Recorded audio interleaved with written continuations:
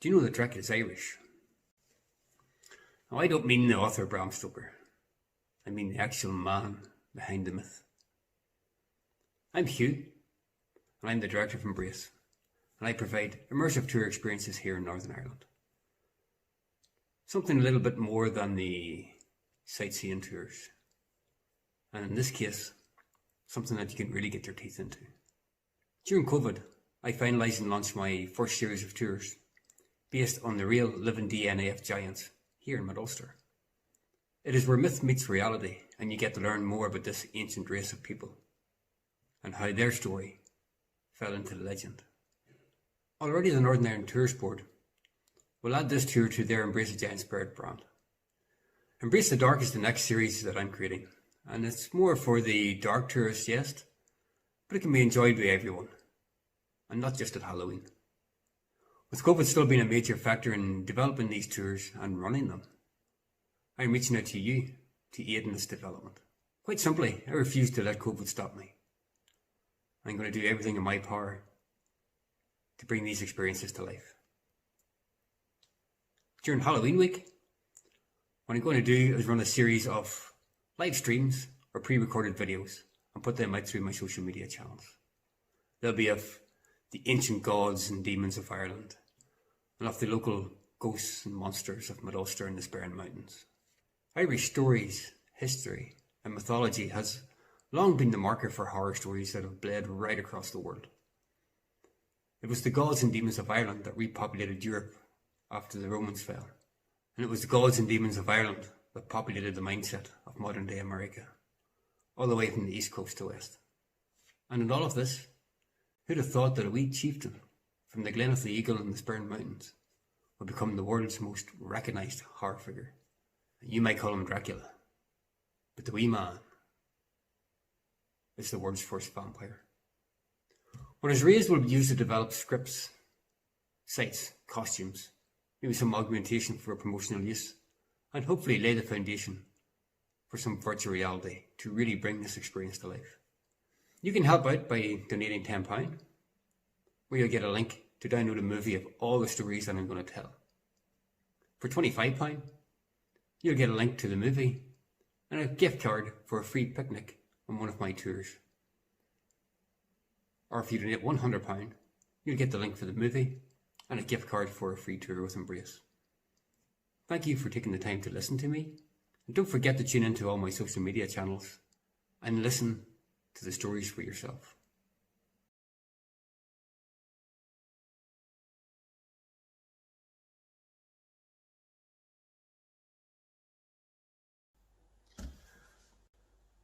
It is said as a very common term that you're going to hear when you're talking about Irish history. But there's a reason for this. Our ancients didn't write anything down. But then they didn't have to. Irish history, knowledge and its wisdom was passed down orally through what were known as the Bard, the Druids. And it was not until the time of Christianity that proper texts were made. And these texts became some of the most important books in the world. After the Romans fell, it was the culture, tradition and gods of Ireland that repopulated Celtic Europe. And again, after the Vikings wiped out Christianity in northern parts of Europe, it was the books written by Irish monks that repopulated Christianity, saved Christianity in Europe. It's very possible now that somewhere like Alexandria in Egypt could have buried libraries that hold ancient texts about Ireland. But for now, we can only tell the stories that we know. This evening, I'm going to go through some of my favourite characters of old.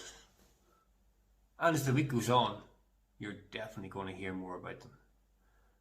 It's not going to be a lecture. I'll try my best to lighten it up a wee bit. But if you do want more information on it, don't be afraid to write in the comments. The first, my favourite, if you're comfortable for this. First one I'm going to talk about is the Dagda. Dagda Moor, I think, is a good place to start. as I grew up here in Mid Ulster that has the real living DNA of giants, it's only right that the Daigle sits in my number one spot. But before we go on a wee bit, it's worth noting that many of the old gods are seen as Celtic gods. But many of these people predate the Celts ever setting foot in Ireland. But that's a whole nother debate for a whole nother day, and not a Sunday evening. The Daigle was one of the Tuatha Danann. He was described as a huge man, stocky man, a giant. He was said to have a magic cauldron that would never run out of food. Another was a giant club or hammer that could kill several men at once with his head, or bring them back to life with the handle. And he is also said to have possessed a magic oak harp, which was used to call in the different seasons, to change the weather, or to command the order of battle. Like many of the Tuatha Danann, it is said that he resided in Newgrange. Maybe that's where he ended up. But some of his earlier stories are connected with Lough Neagh and Ulster. And as Ulster is the location for the earliest settlers in Ireland, it would make sense for the likes of the Tuatha Danann or the Fomorians to be heavily connected with the more northern Ulster region. They came in at Mount Sandal in Coleraine, went up the River Bann into Lough Neagh. They also went up the sides of the slopes of the Sperrins, building fantastic monuments as they went. Before the four provinces that we see now, Ulster, Munster, Connacht and Leinster, there were two provinces. And Ulster ran from Coleraine, Donegal, all the northern shores, down the east and west, all the way down as far as Tara. But as Dagda is one of the giants, maybe Dagda is the ground zero for the giant genome at Ulster. Now wouldn't that be nice? As we're talking about the Tuatha Danann, it wouldn't be right not to talk about the Fomorians. They were known as a seafaring race, a pirate race, supernatural race, and said again to come out of the Mediterranean area. It's more likely that the Fomorians and the Tuatha Danann were early Greeks, because it's also said that they knew each other's language when they met in battle. The Fomorian Balor has had a huge influence in modern day popular culture, and you see him all the time and you don't even realise it. From this dude, it's pretty weird to be a Fomorian giant, but it's a pretty cool outfit. Or maybe, like most of the kids who are going to be doing their exams next year after this COVID hopefully dies down a bit. You shall not pass! You're getting closer to the great man himself. This is about right. But now you begin to see where the ancient gods of Ireland have influenced Celtic, Christian and modern culture. A process that's been happening for over 2,000 years. He is said to have been a giant with one eye that could kill you with a glance. And out of this came the stories of the Cyclops. But his eye was not a result of magic or supernatural activity. It was an accident where part of a druid's potion got into his eye, and the reaction was to turn it deadly. He was also radiant with fire and had several magical weapons. And though a formidable man, it is said that he had died at the hands of his grandson. And in the second battle between the Tuatha Danann and the Fomorians, his grandson Lua slungshot a rock through his eye, and Balor fell dead. Yeah, I know what you're saying, Hugh. How could a Fomorian be the grandfather to the Tuatha Danann? So they're two separate races. And that story itself is pretty funny. Ish. But one for another day. But there are many examples of breeding between the Fomorians and the Tuatha Danann, and it only gives more credit to that they were from the same area in the Mediterranean. Anyhow, it's not a movie I'm making tonight. Well, these stories wouldn't make very good movies. So if you're listening, Netflix, good man to speak to about this. Johnny Depp. How can you not like Johnny Depp? Everybody likes him. Nearly. Almost. I quite enjoyed this movie. You can give a wee thumbs up in the comments if you enjoyed it too. But like most things in modern American horror, there's an Irishman behind it. The Headless Horseman is probably known as the Dullahan. He was also a very smart demon, and he kept up with the times. Originally he rode around the country on his black horse, seeking out those about to die. But after the invention of the wheel and horse and carriage, he upgraded. And there's nothing wrong with that, you can upgrade if you want. And he started to drive a carriage. At times you see the Dullahan carrying a pumpkin head. Now that's just a mixed mash of the old Irish stories that went to America. The Pumpkin Man, Stingy Jack, is a whole different story.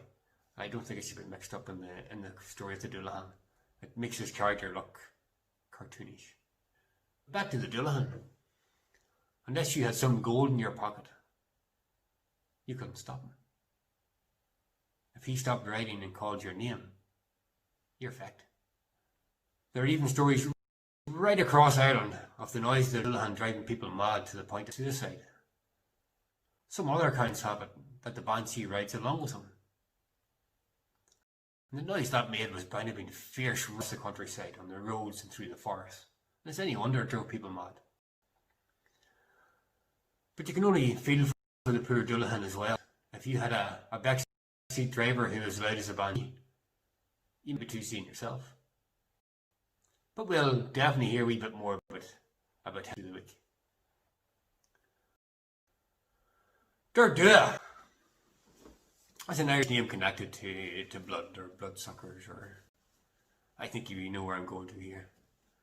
This is of a female demon that to this haunts graveyards across Ireland.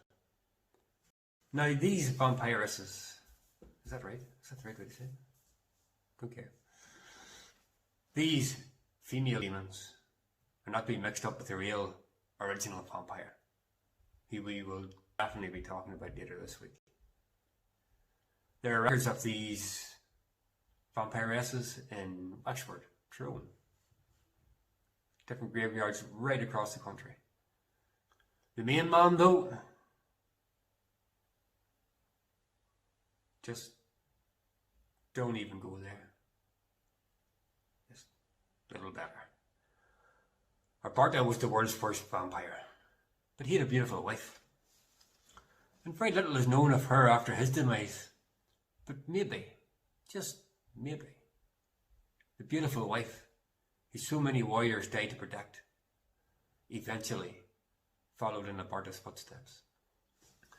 But now you're beginning to see a wee bit of a trend here, that these gods and demons of Ireland are known around the world, just under different names. And these guys and gals have been about for a very long time. We'll go for an odd one now. How's about changelings? Oh, ugly babies. Such was the love of fairies for beauty that they would swap their young for babies. Or at times they would swap the very old so that they could live out their end of days in comfort, suckled to death by a human. It sort of takes away that Tinkerbell narrative a little bit, but fairies aren't the cute wee creatures that we've seen in cartoons over the years, and there are countless different types of fairies here in Ireland. And they lived in the realm beyond Earth.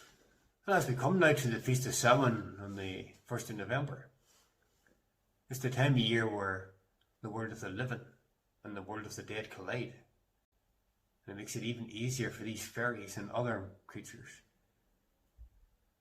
to get into the lands of the living, to steal, to cast their spells, to take revenge. Fairy circles and trees are also said to have portals. I think maybe we'll go for a big one this time. So anybody who's sitting there in their Iron Man or Captain America pajamas, you might not like this one.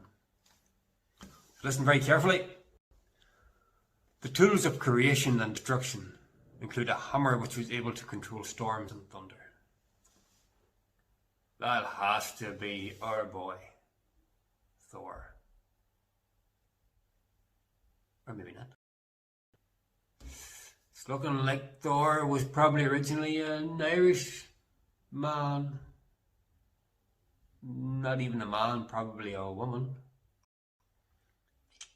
I don't know your big Viking hearts, because you're big boys and I'm not carrying much with this.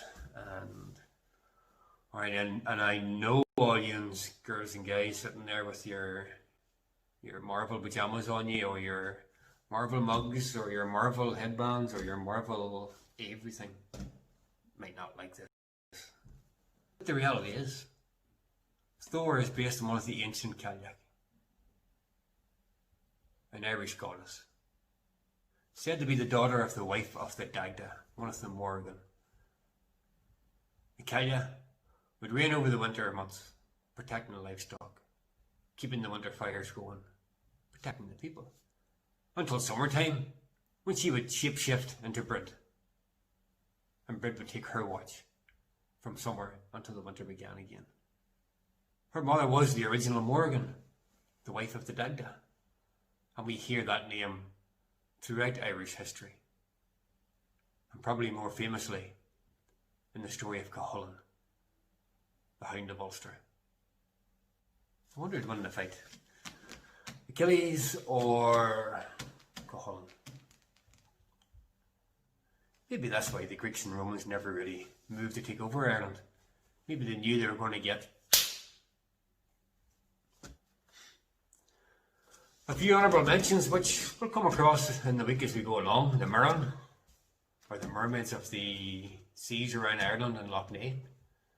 They've long haunted the fishermen and locals here. And I'm pretty sure that if you're in Scotland, you might be more afraid of the Loch Ness Monster, but it's just a fairy tale. St. Patrick deserves a mention. Although a missionary to Ireland, and a man of God, and a man of faith, St. Patrick took on some of the most ancient and powerful demons there were in Ireland. That's the only way Christianity actually got into Ireland. Because the likes of St. Patrick and St. Colmcille, they were warrior saints and they earned the respect of the Irish people. But I think that's a good enough start to the week for what's going to happen with the stories, and give you a wee bit of a background. Here in Mid Ulster we have Lough Neagh, the Sperrins, forests, stone circles, tombs, stone alignments to the sun and the moon. And I'll be referring to these as the week goes on. Every night from now until Samhain, the 1st of November, I'll have a different video to watch. So don't forget to stay tuned in and subscribe wherever that button is. I don't know where it's at. It's there somewhere. Don't forget as well to check out my crowdfunding project in the link. I'm not going to go through it all on here now, but there's details on there. A couple of wee gifts if you do donate. And another funky wee video. At the end of this year, exclusively for the crowdfunding people, there'll be a movie made of all the stories I'm going to tell. Plus a couple of extra ones. So until next time.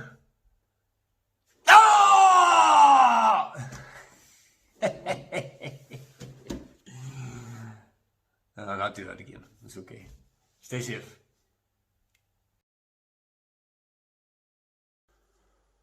Hello folks, and welcome to part 2 of the Legends and Myths Lockdown Storytelling Sessions. Now if you missed last night, you can see it again on my website, www.embrace.tours, or across the social media channels that'll be on there. Last night was more of a background into some of the gods, demons and monsters of Ireland, some of my more favourite ones. Tonight we're going to talk about hounds, dogs, wolves, who play at times very important roles in our ancient stories. But here in Ulster, dogs, hounds and wolves have played a big part in the stories of days gone by. And here in Ulster there's a story that I was only made aware of not so long ago. It was by Roisin in the Life of Steve Gallion Braes group on Facebook. And it's about the legend of Knocknagein. There's a hill in the county of Derry, near the little village of Desamorton. And it has a very curious legend. In the early times, much of what's known as Desamorton was infested with wolves. Even the local town of Magherafelt owes its name to being built on the neighbourhood, or the plain, or the flat of the wolf. The hill near Desamorton is called Knocknagein, and is so named for the following legend. Among the many wolves prowling around the country was one of enormous size. It was known and dreaded for miles around, and it seemed almost to live a charmed life, a godlike life. Nothing could hurt it. Nobody could trap it. Anybody who tried to kill it got killed. It feasted on all kinds of flesh, from the deer in the woods, the cattle in the fields, the salmon in the river, but most particularly like children, of whom it killed in great numbers. And at this time there was a poor widow who lived at the foot of Slieve Gown, and she had a little son called Dermot. His father had been killed in one of the many battles of those times between neighbouring chiefs. And she watched her son night and day. She feared the wolf. She feared that she would lose him too. And as Dermot grew up, seeing the fear and terror that this wolf had inflicted on his mother, and almost madness or possession took over him. And he pledged when he was old enough, he would bear arms, and he would kill the wolf. And that day came when he was 15, and he bore arms. Now in the time of this story, it was flints, flint daggers, darts, spears. And despite his mother's protests, he set out to kill the wolf. And with him, he took one of the large hounds of the village. Now after walking many miles around Slieve Gallion, and what's now Desamorton and Magherafelt, he was tired, disappointed. His mother's protest still ringing in his ears. So he decided that he'd go home. But at this, the hound started to growl. And Dermot knew the enemy was near. He laid his hand on the hound's head. The hound went silent. They both got to their knees and began to crawl up the brow of a hill which now gives its name to the Chapel of Kilcam. And here the dog bounded on, and very soon there was a noise of a great battle. The snarl increased bit by bit the closer Dermot got, and as he rushed forward, all he could see was the shredded, torn up remains of his faithful hound. And finally, Dermot had come face to face with the wolf. Face to face with the beast, with his jaws dripping in saliva, blood. And in a moment far too quick for Dermot, the wolf attacked. He couldn't get to any of his weapons. He needed both his hands to fend the beast off, stop the beast from literally ripping his face off. And in that moment he thought he's going to pay his life for the possession that took over his youth. But it was another possession that saved him. A mother's love. And it was that love that made Dermot's mother follow him from the distance. And when she heard the sound of the wolf on top of Dermot, she didn't think twice. She leapt on top of the wolf and tried to strangle it. Now the wolf probably thought this was a small irritant. He knew he had the power to kill both of them. But in that split second, Dermot freed up one of his hands and pierced the wolf's brain with a dart. The wolf's head was then fastened to a pole and erected on top of the hill, now known as Knocknagein, or the Hill of the Head. And that's it, folks. That's the legend of Knocknagein. I don't know about anybody else, but that was definitely a new one to me, and many thanks to Rashid again for sharing that with me. But to think back in that story and how old it is, that they were using flint weapons, that would make that story in the region of anywhere from 2,000 to 2,500 years old, passed down from generation to generation until today. But my Ulster's not shy of big dogs, as they call it. There's another story of a dog called Callan. Now, for those of you that don't know, Callan's got a very important role to play in Mid Ulster and in Slieve Gallen. The mountain itself used to be called Callan's Mountain, after a giant who's buried there, and more than likely buried over in Ballybreast in one of the Wedge tombs. Callan was also a descendant of one of the High Kings Colla, who before him took over part of Ulster. The big hound Callan from Slieve Gallen was taken into battle in the Battle of the Cooley, one of the biggest battles in Irish history, probably second only to the battle between the Fomorians and the Tuatha Dé Danann, the Battle of the Bull. And in this battle, Callan was crushed by the Great Brown Bull and carried back by the Ulster warriors and buried in Slieve Gallen. That brings us nicely on to Cuchulainn, the Hound of Ulster, easily the most recognisable warrior in Irish history. I think Finn McCool might get a mention in there, but when Finn McCool went to meet his biggest foe, he hid away like a wee baby. Now that's not something I think you'd see Cuchulainn doing. Cuchulainn would have met any foe, head on. Originally as a young boy he was called Setanta, and he was invited to a banquet with the King of Ulster at the time. And on the way, he done battle with a guard dog of Cuchulainn and killed it. And from then on, he told Cuchulainn that he would stand guard over his home until he raised another dog. And after that, he stood guard over Ulster as their greatest warrior. And from then was known as Cuchulainn. The Great Battle of Cooley, where Callan died, is a fantastic story. The whole Connacht host marched in Ulster, and the Ulster men couldn't fight back. Now there are a few different versions of this. One is that they were cursed and put to sleep. Another is that they were cursed with labour pains and couldn't fight. It didn't matter what happened. Cuchulainn stood and faced the Connacht army on his own. He fought them in one-to-one combat and stood his ground until the Ulster men could rise again. And when they rose like an almighty horde, and they came from right across Ulster, from the Mournes, from the north coast, from Donegal, from Slieve Gallen, and beat the Connacht men back down the country again. No one messes with the Ulster men.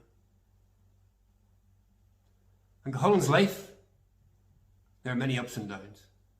In a way, Cuchulainn is to the Irish what Achilles was to the Greeks, or what Alexander the Great was to the Macedonians. A great warrior,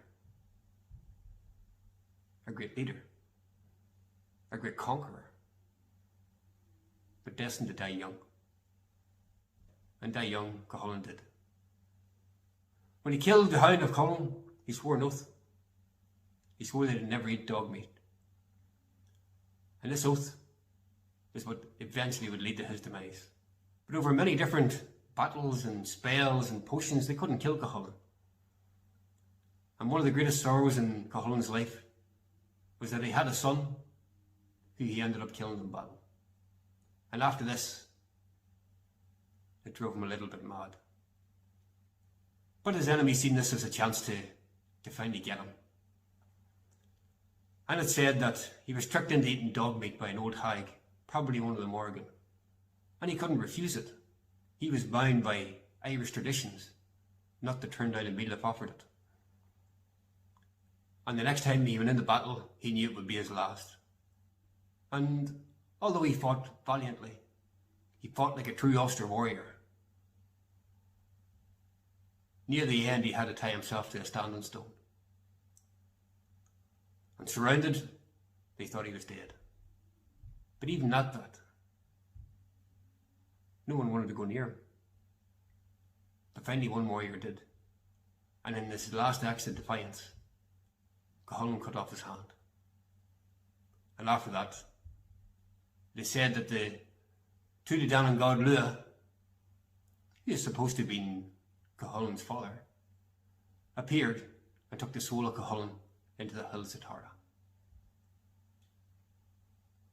Now you might say stories of big wolves, big dogs, great warriors. They're only fairy tales, Hugh. But again, like we've shown over time and time again with different stories and different books, these aren't so much fairy tales. I think I'll leave it there for tonight, but maybe after Halloween, I think I might do a few sessions and tell the full story of Cuchulainn and do that mighty man the justice that he deserves. If you tuned in last night, you'll know that I'm running this as a crowdfunding project. And if you are interested in that, the link is going to be in the comments there somewhere. I'm not sure where, up or down, left or right. And tomorrow night, we're going to be talking about Spring Hill. Spring Hill and Moneymore. And there's a far scarier history in there than the National Trust have ever told us. There's a history in there that goes back into the most ancient of demons of Ireland. So I'll see you all tomorrow.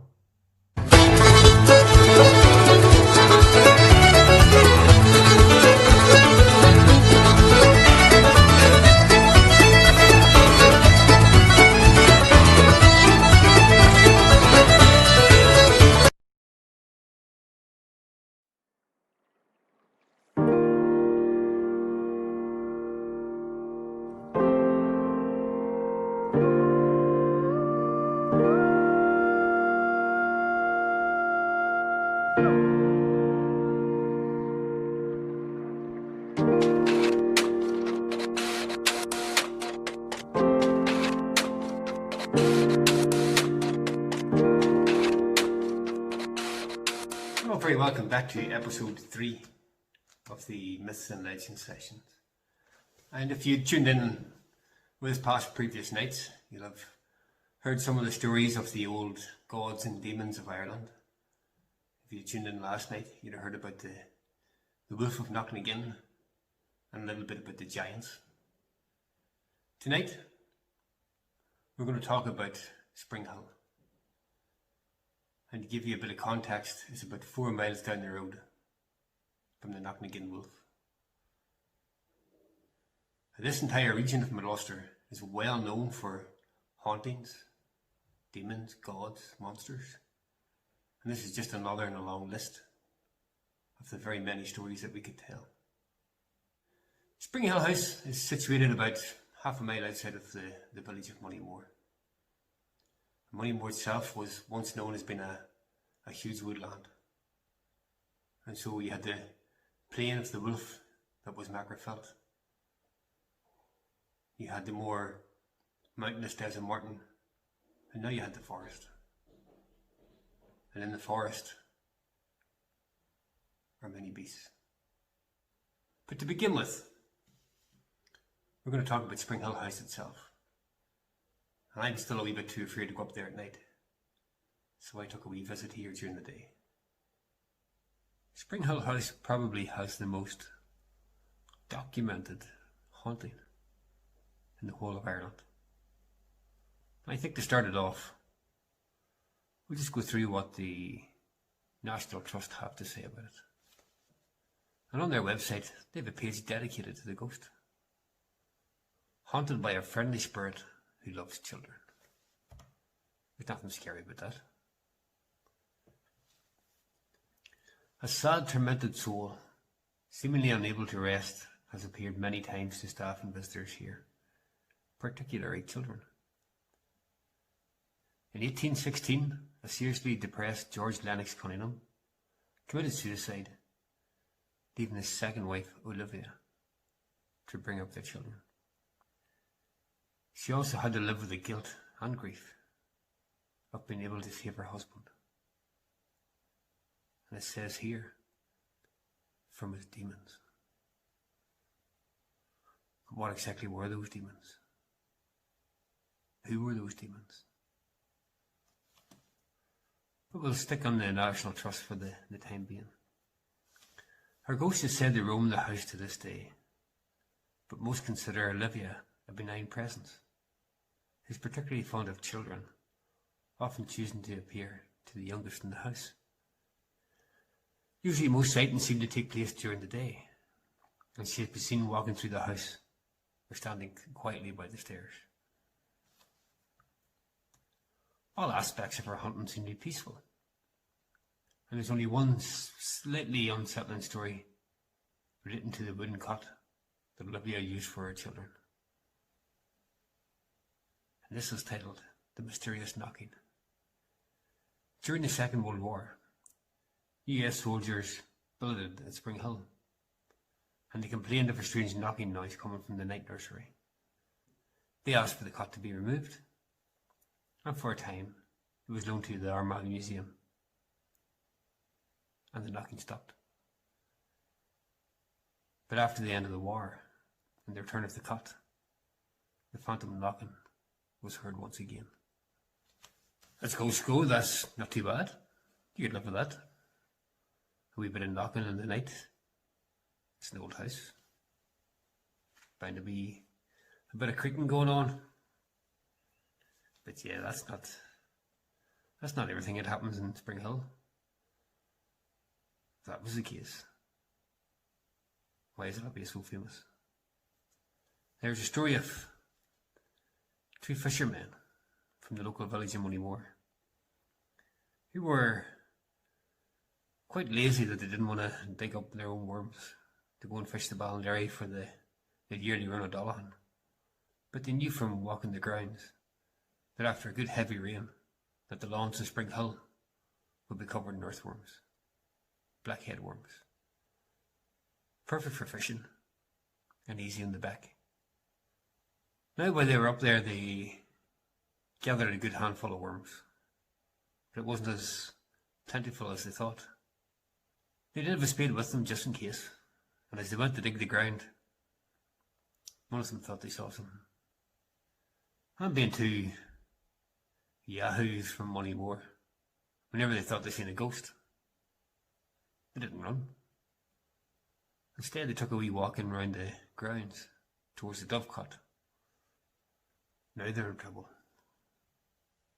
As they got to the archway to go to the dovecot, they seen what was a shining light. And they walked towards it thinking there might be other fishermen up there, scooping up the worms at night.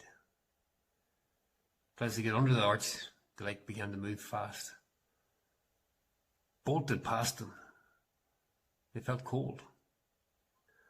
The light went through the gate towards the house, and it was gone. And without a second thought, the fishermen ran as fast as they could back to Moneymore. And it was a few years later that they were willing to come back and get their car. But at this stage, the sun had started to rise. To maybe set the stage a wee bit more is that while a stately home and stately people, Spring Hill wasn't the well-to-do manner it was made out to be. It is said at the time of Charles Byrne, one of the Ulster giants, that Spring Hill was the home of debauchery.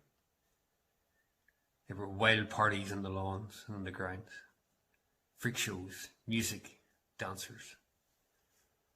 And at these parties, Charles Byrne was one of those freaks. As I said, he was a giant. And it was said that in his boots, he stood 8 feet 2 inches tall. And from here, he made his way to England, to London, but eventually met a terrible end. He carried the giant gene, which is very rich in the genetics of the people in this area. His body was stolen by a surgeon. His flesh was boiled of his bones, and what's left of him now remains hanging in the Hunterian Museum in London. It's a wee bit darker now. The rose-tinted glasses are maybe knocked off a wee bit. But maybe for this we have to focus in on George. If you look at Olivia's entry about George's death, she wrote that he suffered from melancholy, that he suffered depression, sadness. And he had a lovely second wife, a lovely house. And yes, he did travel the world to fight wars. But there's another demon that lurks in the old forest of Moneymore. One more terrible than the friendly ghost Olivia.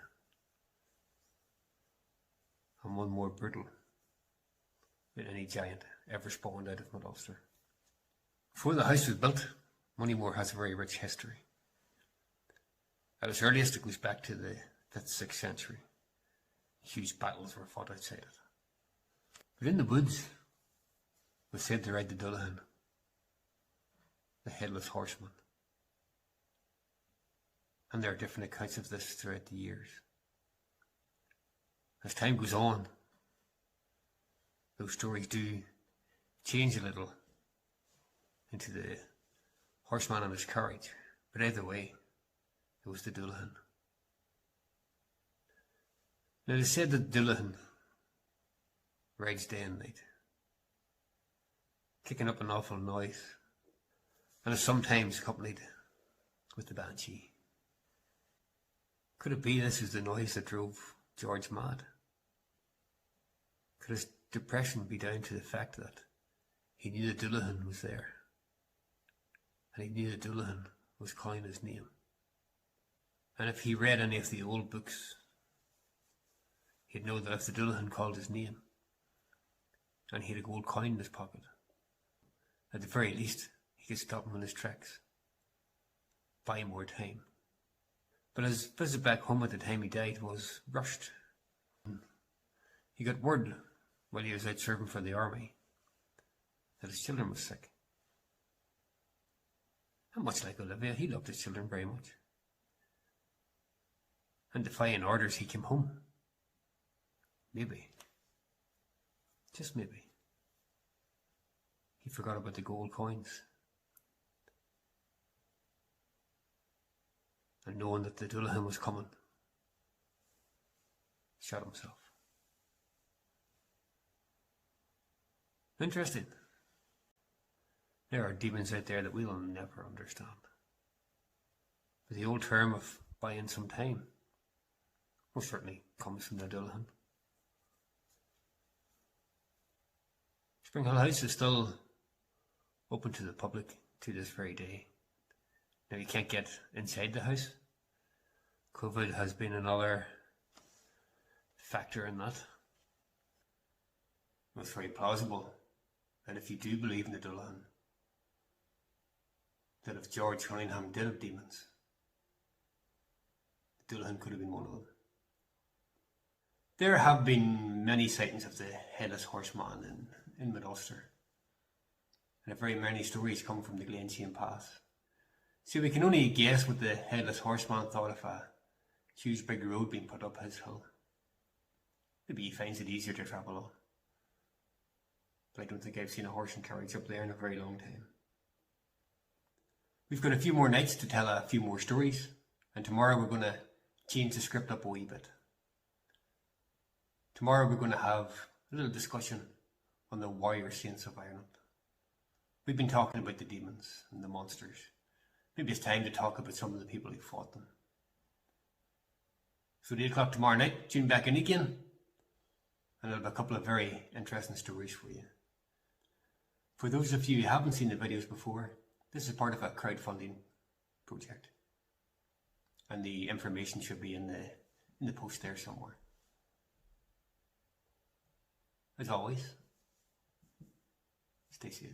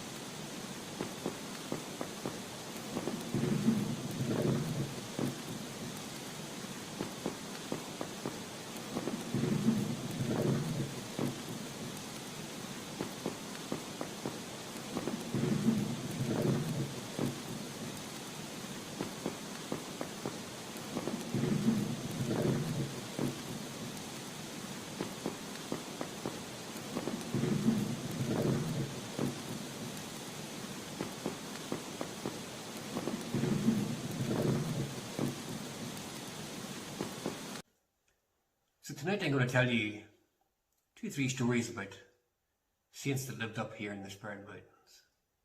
I'm not going to tell you the story of St. Patrick. It's a very well-known story. But Christianity has had a huge influence on our culture ever since St. Patrick laid feet in these shores. Before that, Ireland was a country of tribes, of petty kings, chieftains. They followed the old gods, the Tuatha Dé, the Fomorian gods, the newer Celtic gods.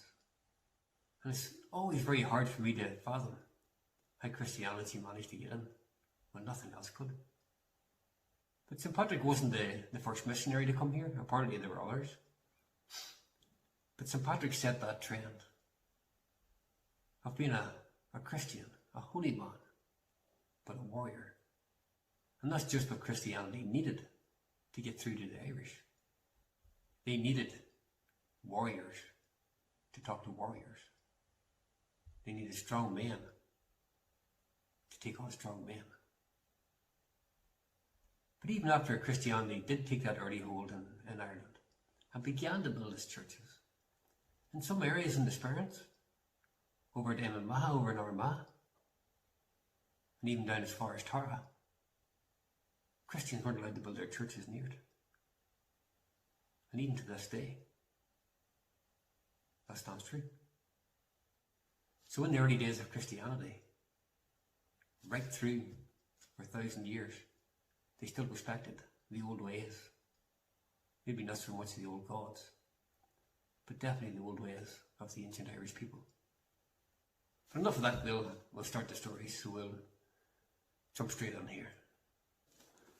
Now it's often said that St. Patrick rid all the snakes out of Ireland. But after his death there is an account of one or two. The Owen Ray River rises in the slopes of the Sperrins. It's in the parish of Banagher, and on its journey to the sea it has cut a deep wooded glen. And the only sound that you'll hear over the summer are the cows in the field and the buzzards in the air.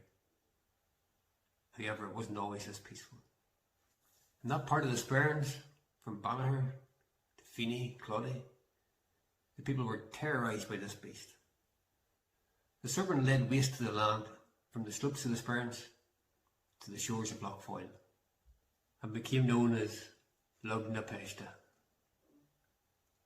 In despair, the local people of the mountain turned to the holy man Murragh O'Heaney, and this man had a church in the glen, which is known today as Banagher Old Church. Hearing of this beast, St. Murragh fasted for 10 days and 10 nights, praying to God for the power to defeat the serpent. And God gave him the knowledge of how to capture the beast. Strengthened by God's power, the saint went to the lair of the beast, which is a very deep pool in the river. He took with him 3 rods made from river reeds. The beast, seeing the man, approached him. He was intrigued. This man was coming at him with no swords, spears. He was coming with a handful of reeds. He thought the saint was to be a sacrifice sent by the locals to appease him. St. Murragh called out to the serpent to allow him in God's name to place the reeds upon him. The serpent, rightfully amused at all this, thought it was part of a sacrificial rite. So he allowed St. Murragh to approach him and lay the rods on him. But immediately, when the reeds touched the serpent, St. Murragh made the sign of the cross and called upon God to change the rods into iron. This God did, and the serpent was clamped in his iron cage. Although the great serpent begged the saint for mercy, the saint refused. He declared the serpent sinned against God's people, and that he would be bound forever in his cage and cast into the depths of Lough Foyle. The serpent asked for one last favour. He asked that he was allowed to look upon the land one last time, from where the river leaves Banagher all the way to Lough Foyle. But some say he was just mapping the river for whenever he gets free, he'd be able to swim back up. And the people of Banagher can count themselves very lucky they built that dam. But the people below it might not be that lucky if that serpent ever gets free again. And to this very day, the strange currents that flow in and out of Lough Foyle are said to be that caused by the beast trying to break free of his iron cage. But if you ever are in the Spurn Mountains, the old church and the monuments around Banagher should very much be on your to-do list. There's another saint, St. Ambrose O'Cofaigh, again from the Spurn Mountains, and he had the name of the Demon Hunter. He was said to be a powerful preacher, but also very powerful in the old magic of Ireland. He died in Magilligan, and is said to have left behind him a Druid's library. Texts, which is said to be made from tree bark, human skin, and held some of the most powerful spells known to man. And it is said to also have contained the first directions on how to carry out an exorcism. Now, these texts were said to be kept in a monastery near Duncrumlin, near Magilligan, right up until it was destroyed in the 12th century. And the local guardians of that ancient knowledge quickly leapt into action and took the books and hid them again. After this, the next account of these books is connected to St. Colmcille, and that they were hidden in the chest of St. Colmcille, which could only be approached and opened by a man who had never been born, riding a horse that had never been born. To you and I now, a C-section is normal practice, normal medicine. But back then, things were a little bit different. Then came along Bishop Frederick. He was born by C-section, and he knew where to find a horse that had the same type of birth as him. And when the chest appeared again, it was in the construction of the Musidin Temple on the north coast. But at this stage, the ancient guardians had all gone, and the bishop had the text to himself. But such was the knowledge contained in them that the bishop quickly had them removed, and some say to Derry, he feared that if these texts got in the wrong hands, it could spell death and destruction on a scale never known before in Ireland. After this, there's no more mention of the texts. They've never come up again in any stories or even in any fairy tales. But we know to this day there are dark forces at work, and they scour the entire country trying to find these texts. And especially at this time of year, coming up to Samhain. And you and I best pray that the yearly festival up in Derry City for Halloween doesn't shake loose these texts, or this festival could very quickly turn into a sacrifice. I think a very honourable mention in all this would be St. Columba. Now, exiled out of Ireland for going to war with the High King of Ireland at the time and defeating him, he made his final resting place on the island of Iona in Scotland. But he never refused anybody's call for help. He even returned home once. Apparently he tied sods of grass from Scotland under his sandals, as he swore not to set foot on Irish soil again. It's also said that he encountered the Loch Ness Monster, and he went to help the local people. And when he got to the loch, he instructed one of his followers to get in and swim. And at this stage, he was sort of waiting, like the story of Murrah, that the saint would go into battle. But St. Columba simply put his hand up, rose his staff, and said, "You will not attack this man or people ever again." But the Loch Ness Monster could be a serpent that was banished out of Ireland, and having already been beaten by one Irishman, when he stuck his head up and seen St. Columba, a very imposing Irishman at that, maybe he just thought the better and goes, "You know what? I'm going back to sleep." And since then, there's been no recordings of the Loch Ness Monster ever attacking people. It's not even. The Loch Ness Monster's Irish too. So we're going to finish off with a giant. And throughout all the wee talks that I've been doing, I'll have referenced the giants of Mid Ulster. And the story's been told now for over 2,000 years, all talk about the giants in this area. But Ulster truly is the land of giants. But back when St Patrick was trying to establish his chapel in Armagh, he was terrorised by a great black bull. Every time he laid the foundation down, the big bull would come in and knock it all over again. Frustrated by this, St Patrick was going to give up. Until the local people told him about a man of courage who lived in Slieve Gallon, and he went by the name of Tig Moore and was one of the long line of Slieve Gallon giants.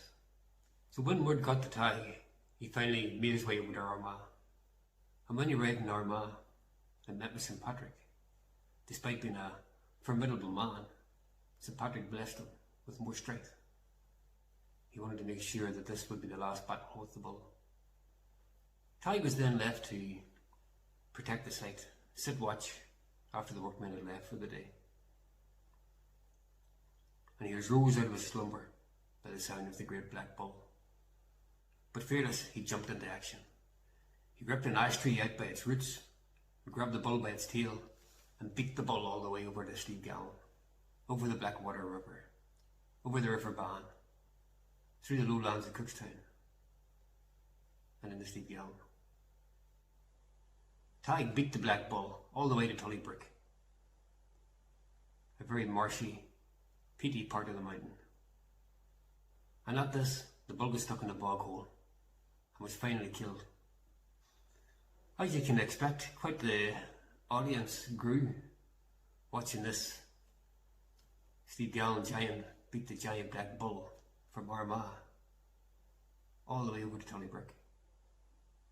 But exhausted at the end of this and possessed with his new power, Tig started to eat the bull.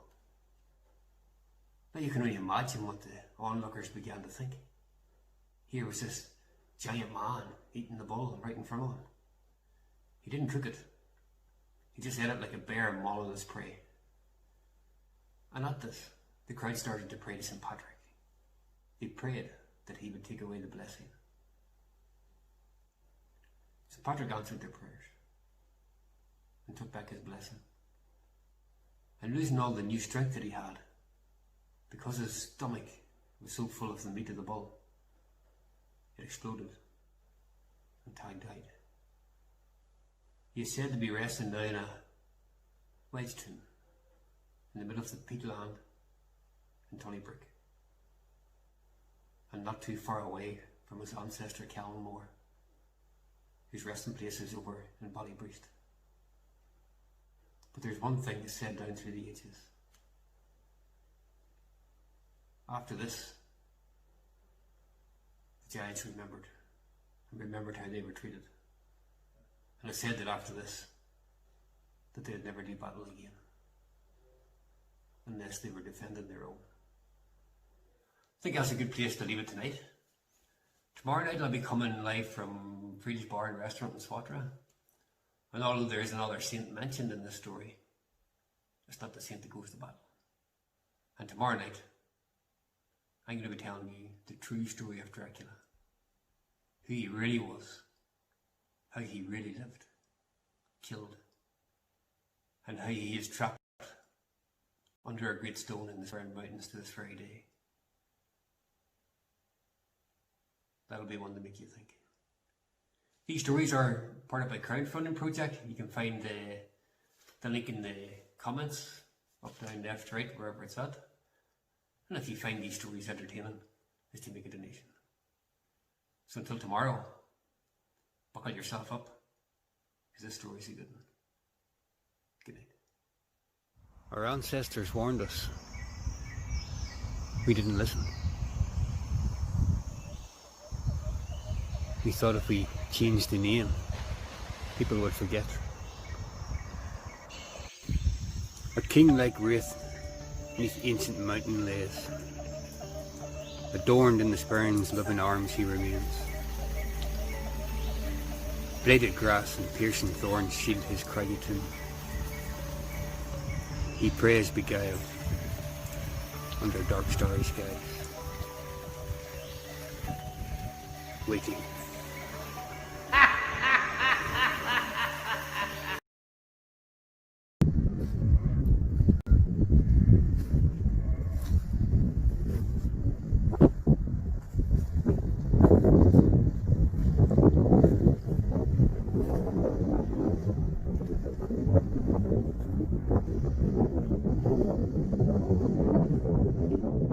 Hello folks, and welcome back to the Myths and Legends storytelling sessions. There's a very special one tonight. I come on here live from Frielsborn Restaurant in Swatragh, a place that is very close to the grave of the most terrifying monster on earth.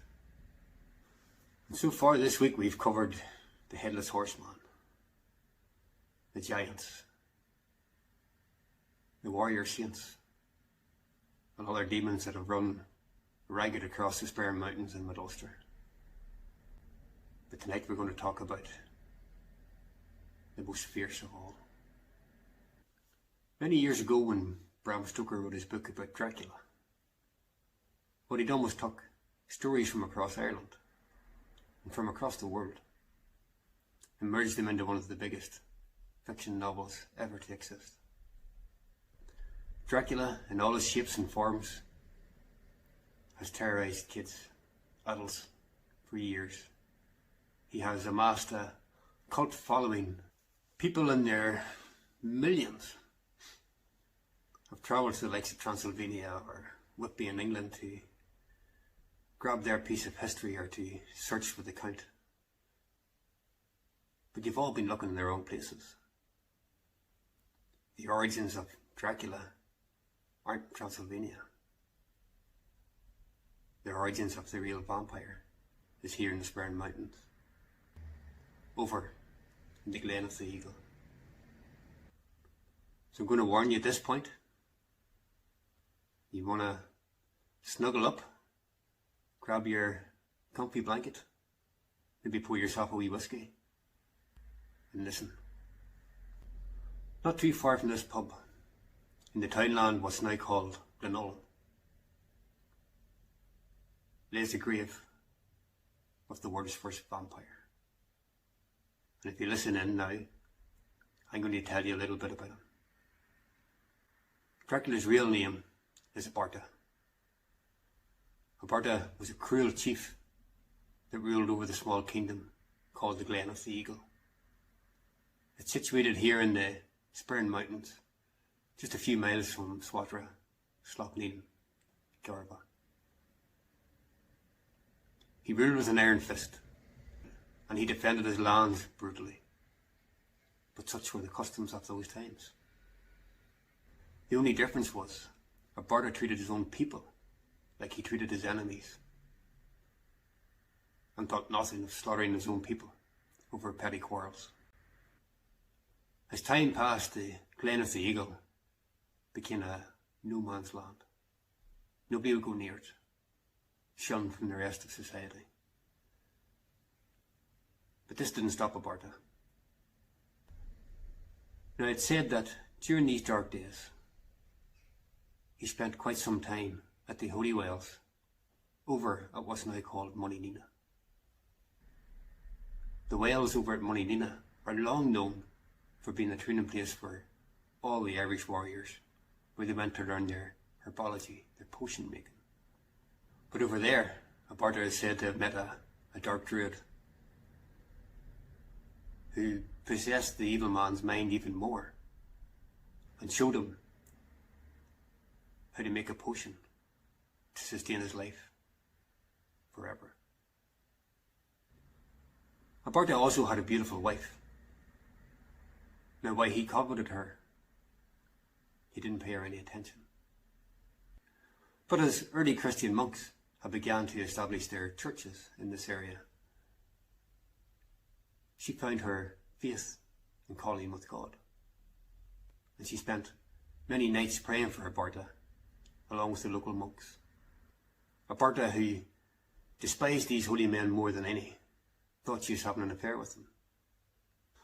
And one night he climbed up the side of one of the chapels onto the roof. And in that chapel, his wife and the Christian monk were praying.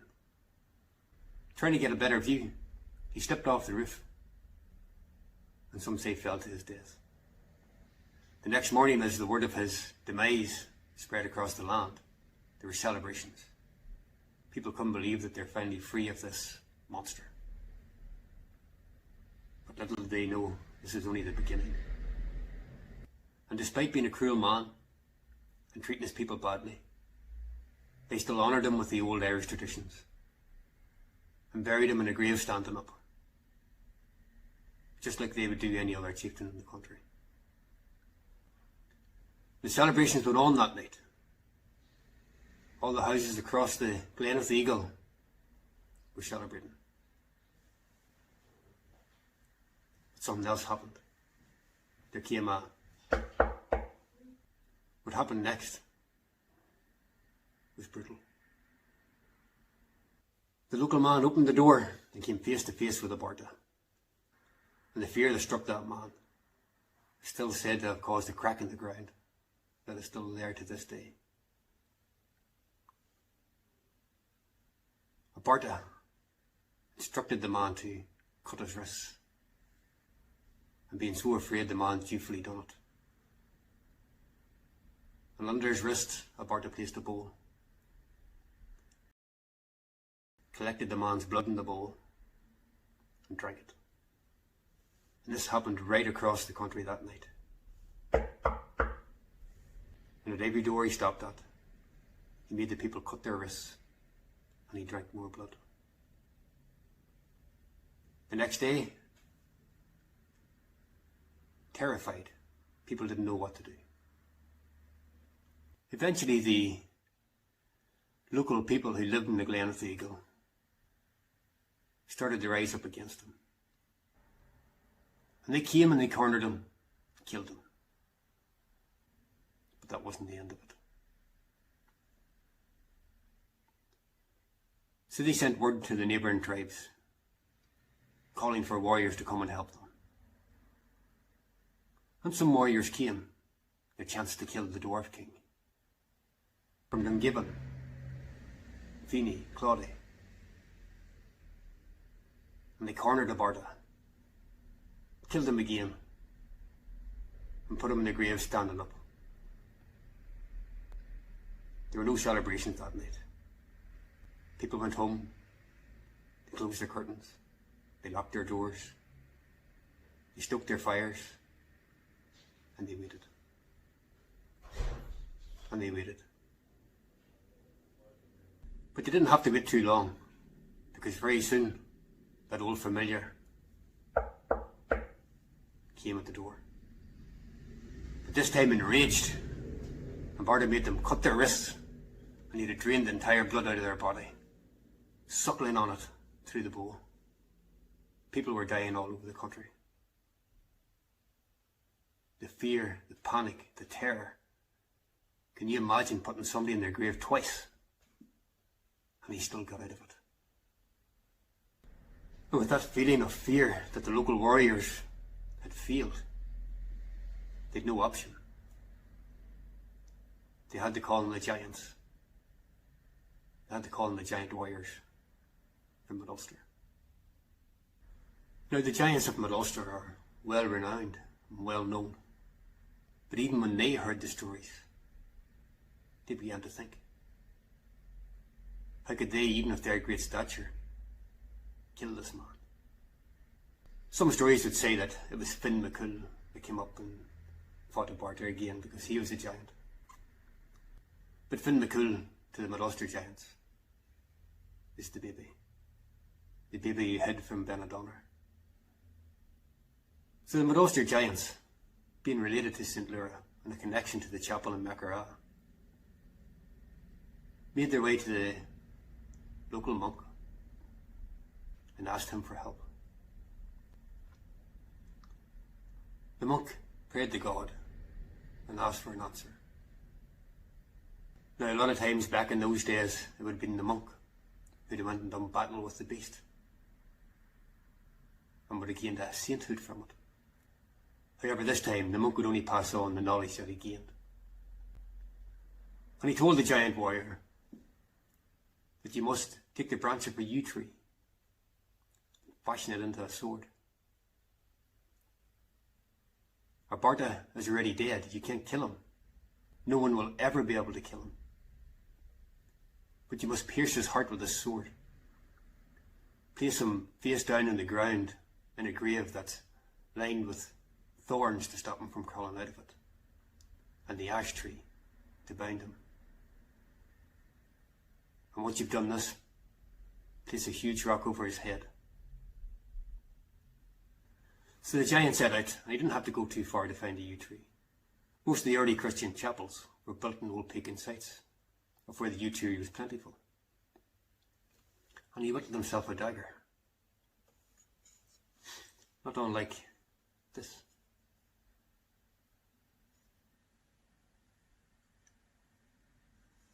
Which I keep on me all the time now, and especially at Samhain. And word soon spread to the village that the giant warrior was coming, and the warriors from the surrounding lands armed themselves again, and the locals armed themselves as well. But Abarta must have got wind of this, and in his fury and in his anger, everybody who he met, be it warrior or tribesman, he slaughtered them. The massacre is supposed to be so great that there are parts of Glenulm that people won't dig up today in fear of digging up bones. And finally they got him surrounded just outside Slockarty. Abarta was making his last death rushes at the local warriors. The giant jumped in, slapped him over the field. The warriors went silent. The local people went silent. All you could hear was the torches burning in the night. But still mindful that Abarta was a dreadful beast, the giant carefully walked over to Abarta, stared down at him, took the yew sword and pierced his heart. And the giant instructed the warriors to dig a hole and to line it with the branches of a thorn tree, and to gather branches from an ash tree and lay a deathbed. And to make sure that Abarta didn't move, the giant stood on the sword and pinned Abarta to the ground. Once the warriors had finished this, the giant carefully took Abarta, with the sword still in him, and pinned him on top of the blackthorn, and threw some more of the ash branches around him. The local warriors were about to fill the grave in when the giant stopped them. Slowly he walked over to a local dolmen, lifted the huge wedgestone and threw it on top of Abarta. Abarta has lay there ever since, staring into hell. So the first question is, and you can put it in the comments, who's willing to come with me on Halloween night to the grave of Abarta? Any takers? I don't see anything in the comments yet, but they'll come. The most well-known horror figure in the world is based in the account of an old Irish chieftain, and not on the Transylvanian Count Dracula. As I've mentioned in other talks, there are powers in this country that we will never understand. There's an energy in Ireland that has enhanced magic, enhanced people, enhanced wisdom, enhanced knowledge. As time passes, people think they are fairy tales. They're not true. But this story has survived well over 1,000 years, right back to the start of Christianity in Ireland, when we did start to record our proper history. You might think I'm crazy, but at this time of year, especially coming up to Samhain, I won't leave the house if I'm going to the mountains without my dagger made of yew.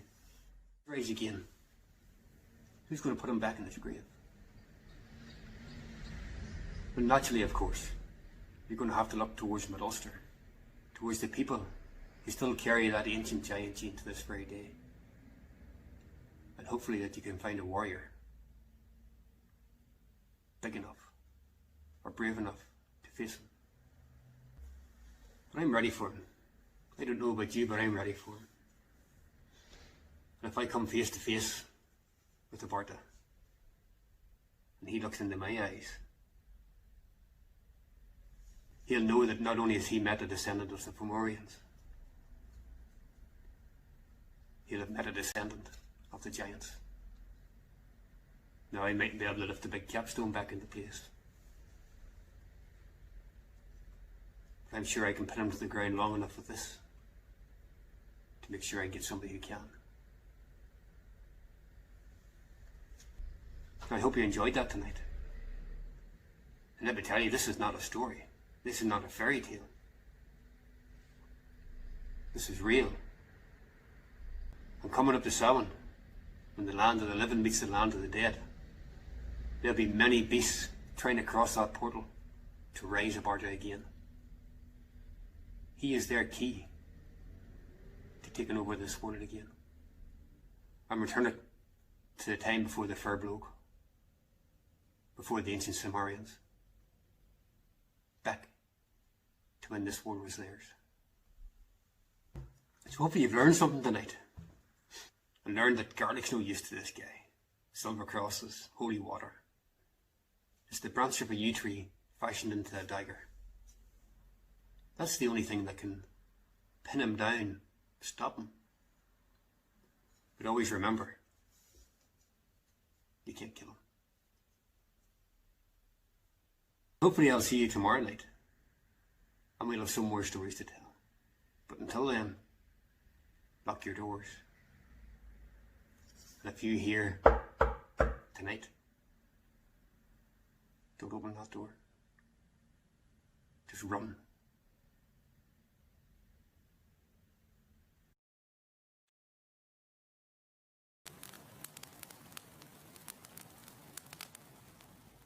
Welcome back to episode 6 now, if I'm right. Doesn't seem like 6 nights of doing this, to be very honest.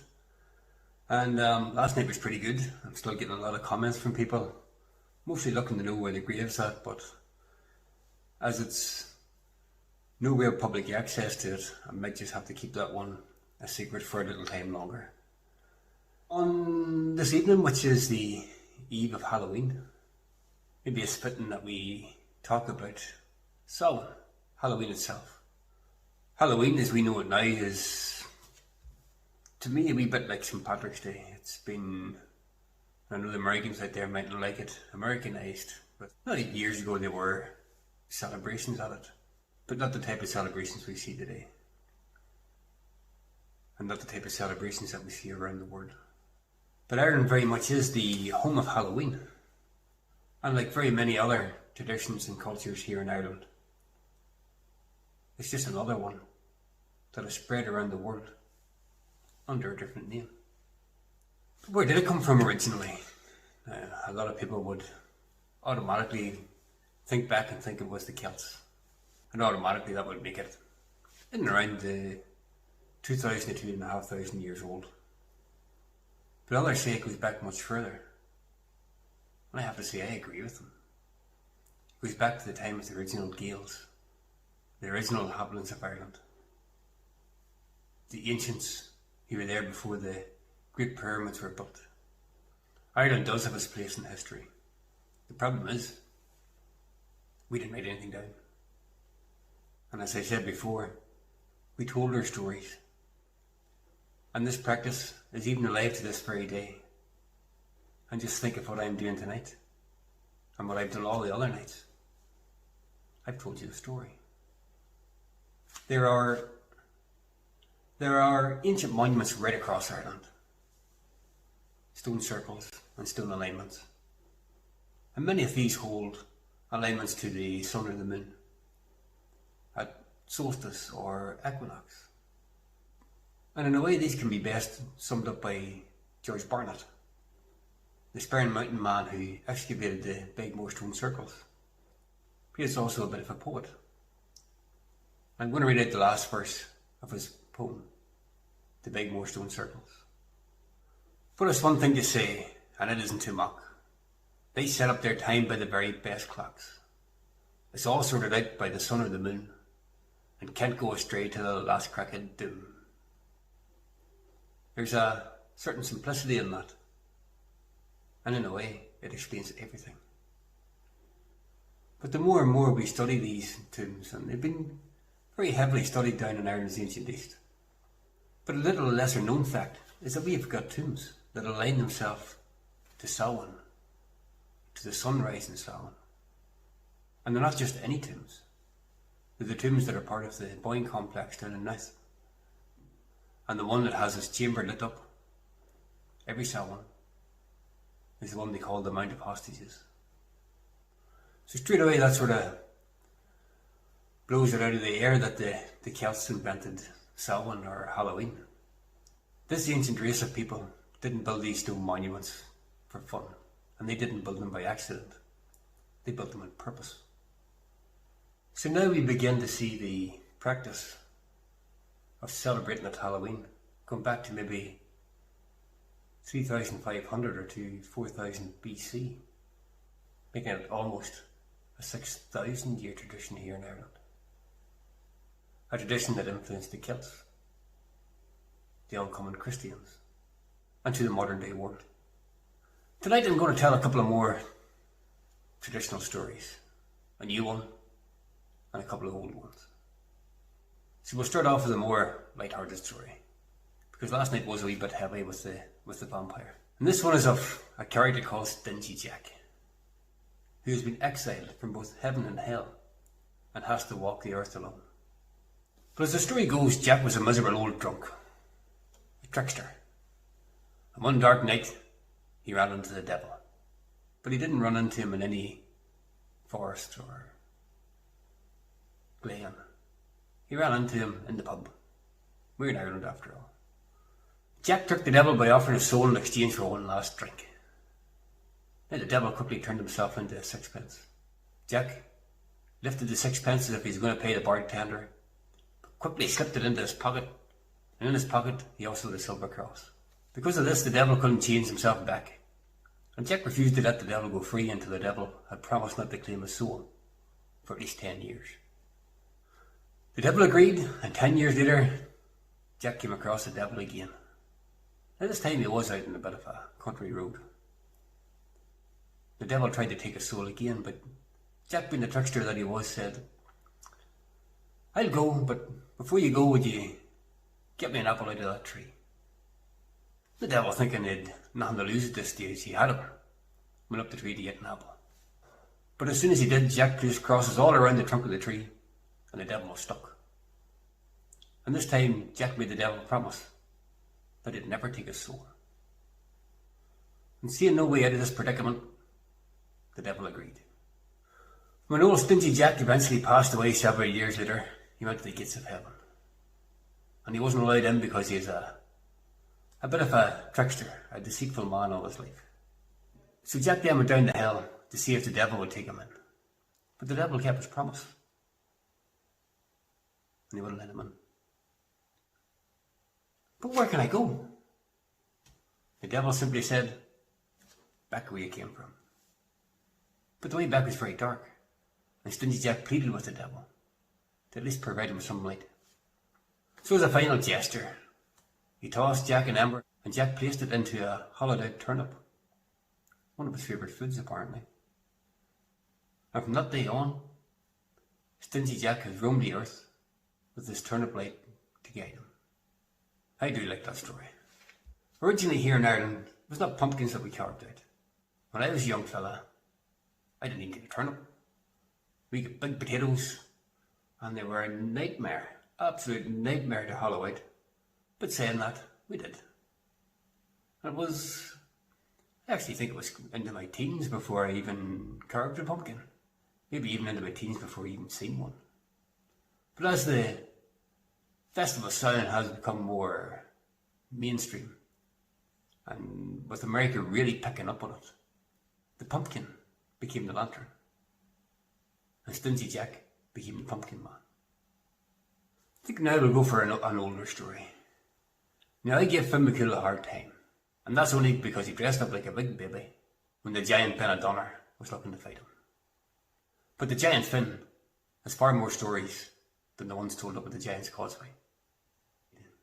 And these stories are of great deeds. Finn comes from the Fenian cycle in Irish history.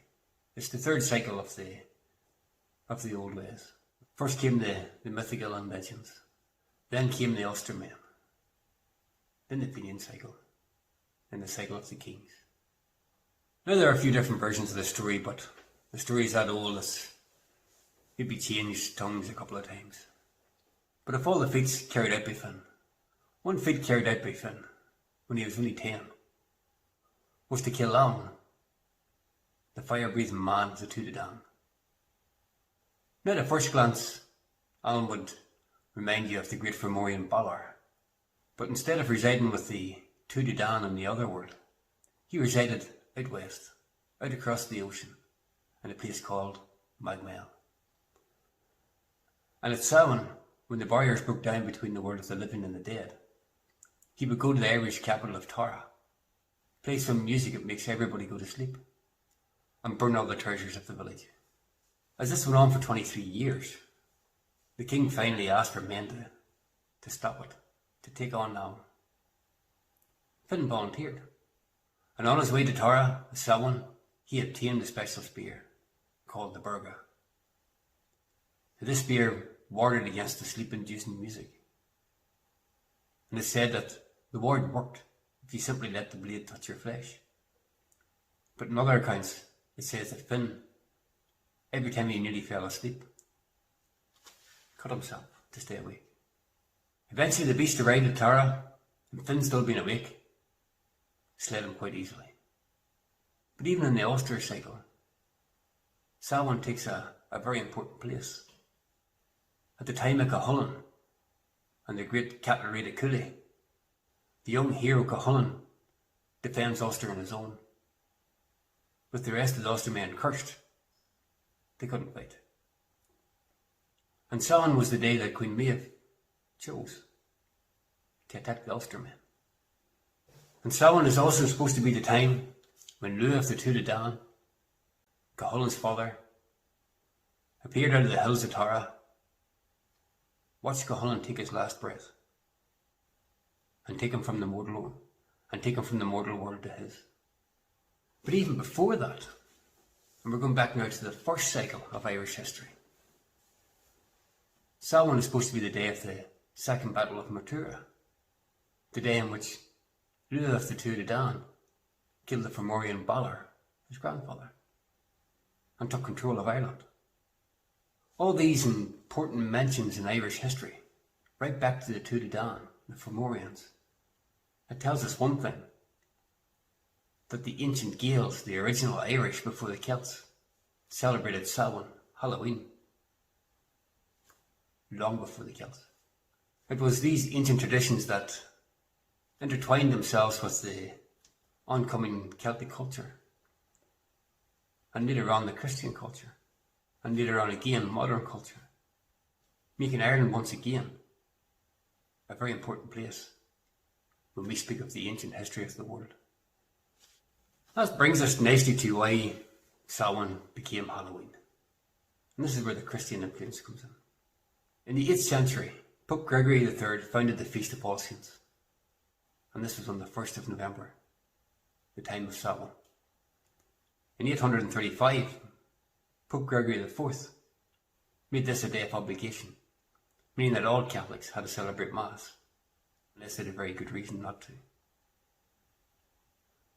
But to me, this position in Christianity was forced upon people because at this time, the old Celtic ways, the old Irish ways that had spread over Europe after the fall of the Romans, were still very strong.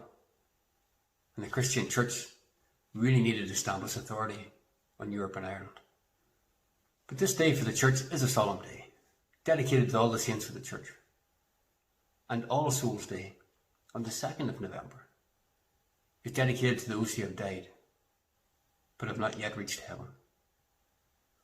All Saints' Day is also called All Hallows, or All Hallowmas, and the eve of that date is All Hallows Eve, which over time became Halloween, which has become the celebrations that we've come to know so well. And it is very interesting that the Church took that position to have their All Souls' Day for their saints and people, around the time the ancients of Ireland celebrated the merging of the land of the living and the land of the dead. Tourism Ireland do have a campaign out at the minute, Ireland, the home of Halloween. And that's true. Well, tonight might have seemed like a wee bit of a lecture, but I think it's important to hear these sort of stories because we don't hear them all the time. We don't hear the meaning behind the festivals or events anymore. Information through us on the internet is coming so fast and there's so much of it. And it's nice at times just to sit back, relax, and hear something new. Or hear a little bit more about something. Tomorrow I'm going to attempt to come live from Bigmore Stone Circles. Now there could be a bit of an issue up there with the 4G because you're up in the sticks. And there's definitely no 5G down there. But I've had a couple of test runs and hopefully it works. But if it doesn't, I'm giving you my apologies now. But the Stone Circles are a perfect place to be on Halloween night. Now, this year we have a blue moon. That means that we've had 2 full moons inside 1 month. Your once in a blue moon event. But with this, and the Stone Circles, the portals from the land of the dead to the land of the living, with a blue moon, it should make for an interesting night. As always, stay safe, and let's hope that this once in a blue moon event at Halloween isn't the end of the world as we know it, because given the year that we've had in 2020, it wouldn't surprise me. All these videos were made in conjunction with a crowdfunding campaign I'm running for Embrace the Dark to develop these stories into experiences and tours for you. And before I go, I'll have to say, happy birthday, Ruby. Or I could end up in a tomb somewhere. Do not stay.